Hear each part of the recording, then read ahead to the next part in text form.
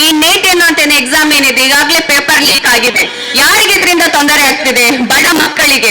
ಬಹುಶಃ ಒಂದು ನೀಟ್ಗಾಗಿ 25 ತಿಂಗಳಿಂದ 2 ವರ್ಷದ ತನಕ ಕೂತ್ಕೊಂಡು ಓದ್ತಾರೆ. ಮಕ್ಕಳ ಜೊತೆ ಅವರ ಹೆತ್ತವರು ಕೂಡ ಅವರಿಗೆ ಎಷ್ಟು ಬೇಕು ಅಷ್ಟು ಕಷ್ಟ ಪಡ್ತಾರೆ. ಕೋಚಿಂಗ್ ತಗೊಳ್ಬೇಕು, ಕೋಚಿಂಗ್ಗೆ ಲಕ್ಷಗಟ್ಟಲೆ ಹಣ ಹಾಕ್ಬೇಕು, ಅದರ ಜೊತೆ ಮಕ್ಕಳ ಜೊತೆ ಕೂತು ರಾತ್ರಿ ಹಗಲೆನ್ನದೆ ಓದ್ಬೇಕು. ಈಗ ಲೀಕ್ ಆಗಿದೆ ಪೇಪರ್. ಇದಕ್ಕೆ ಏನು ಇವರು ಪರಿಹಾರ ಕೊಡ್ತಾರೆ? ತಂತ್ರಜ್ಞಾನ ಇದೆ, ಇದಿದೆ ಅಂತ ಹೇಳ್ತಾರೆ.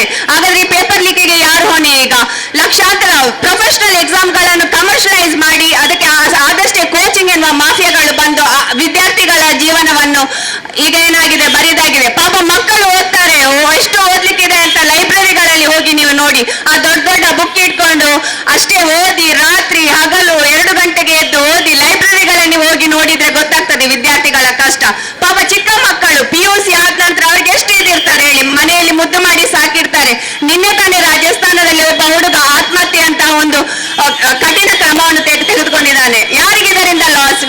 ಪಾಪ ಎತ್ತವರು ಸಾಲ ಮೂಲ ಮಾಡಿ ಮನೆ ಮಠ ಮಾರಿ ಅವರಿಗೆ ಏನು ಕೋಚಿಂಗ್ ಕೊಟ್ಟು ಅವರು ವೈದ್ಯರಾಗ್ತಾರೆ ಅನ್ನೊಂದು ಕನಸನ್ನು ಕಂಡಿರ್ತಾರೆ. ಆ ಕನಸುಗಳು ಇನ್ನು ಕಮ್ಮಿ ಹೋಗ್ತವೆ.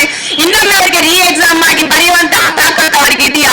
ಪಾಪ ಎಲ್ಲಿಗೆ ಎಕ್ಸಾಮ್ ಆಯ್ತು, ಇನ್ನೇನು ವೈದ್ಯಕೀಯ ಕಾಲೇಜಿಗೆ ಹೋಗ್ಬೇಕು ಅಂತ ಹೇಳಿ ಎಷ್ಟೋ ಕನಸು ಕಂಡಂತಹ ವಿದ್ಯಾರ್ಥಿಗಳ ಕನಸುಗಳು ಎಂದು ಕಮರಿ ಹೋಗಿದೆ.